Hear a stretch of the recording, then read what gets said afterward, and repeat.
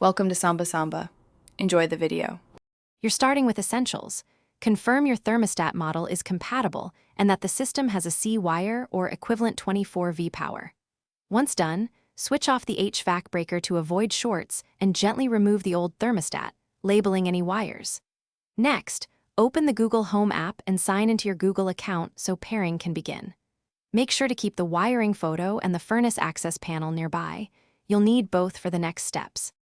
Now focus on the detailed wiring. Match each labeled wire to the corresponding base terminal, R, W, Y, G, C, and tighten the screws so no copper is exposed.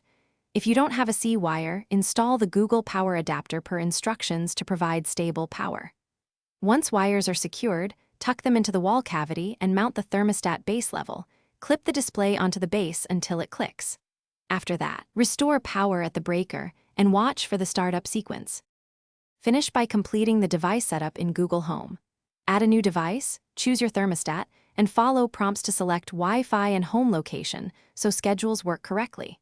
Once connected, run the HVAC compatibility test in the app and calibrate temperature offsets if needed. This ensures heat and cool stages trigger properly. If the thermostat won't power on or drops connection, make sure the C wire or adapter is installed correctly. Reboot your router.